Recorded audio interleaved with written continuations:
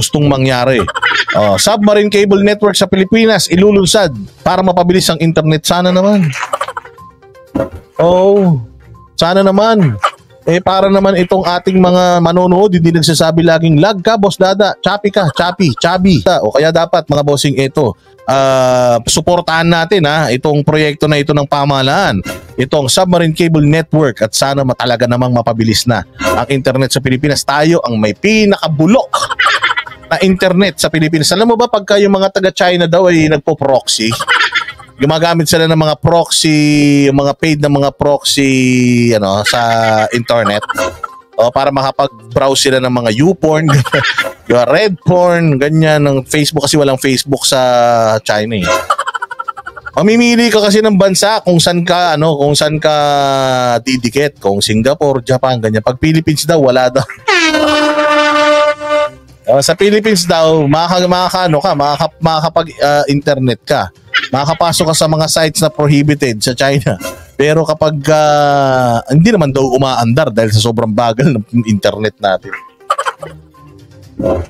So ito, sana BBBM maging magkatotoo ito at maging maganda ang ang magiging resulta dito sa atin, at mabilis na tayong napapanood ng buong Pilipinas. At sana buong Pilipinas magkaroon na ng internet para wala nang mabudol yung mga mainstream media pagdating sa pagpopropaganda. Kaya VPN, sorry. VPN, pag nag-VPN ka. Kasi di ba katulad nyo sa mga kumpanya, meron kayong mga network na mga secured. Ginagawa nyo, nag-VPN kayo para maka-access kayo ng mga prohibited sites. Ganyan, minsan namimili ka ng backbone. Saan ka kukonek? Dito ba? Sa Japan, sa US, Singapore, ganyan. Yan yun. Dito sa Russia, pag di kami naka-VPN, no FB, no Messenger. True. Ganun yan, kasi usong-uso na yan ngayon, mga bossing, para hindi nila malaman pagka niran nila yung IP address mo, hindi nila makikita, wala sa Pilipinas to, nasa Singapore. Ayan. Ni Pangulong Bongbong Marcos sa paglulunsad ng bagong underwater submarine cable network ng Pilipinas. Ayon sa Pangulo, makatutulong ito para matuldukan ang digital divide o hindi pantay na access sa digital technology.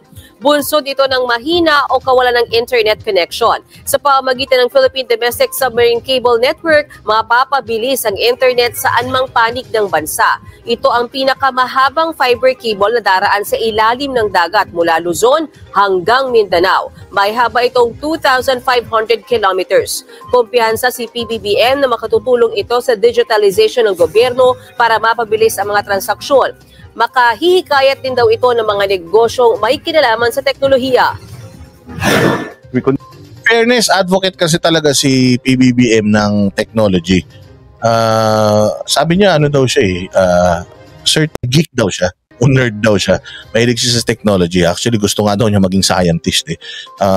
Yun yung sinasabi ng mga interviews niya before.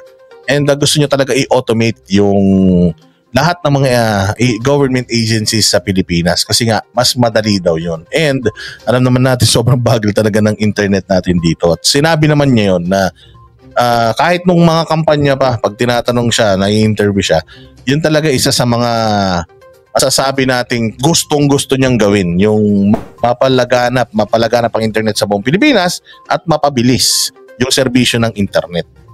Continue to pursue measures towards providing the Filipino people with reliable and affordable internet services, which will enable us to improve our standing in the world in terms of broadband and mobile internet speed and coverage. Alam nyo, sobrang galing ng mga Pilipino, mga boss. Sobrang galing ng mga Pilipino kung magkakaroon ng internet sa buong bansa. As in, mula Apari hanggang Cubao. Mula Apari hanggang Hulo, magkaroon ng internet. Nako, mga bossing. Talaga naman, sa galing ng mga Pilipino, mas marami pa tayong mga talents sa mga malalayong probinsya ng Pilipinas na makikita.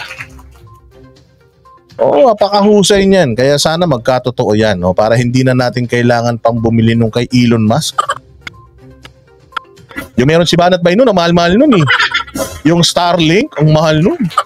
Parang aparato pa lang, 40,000 na yata. Oo, grabe. Para mapabilis ang pagbablog.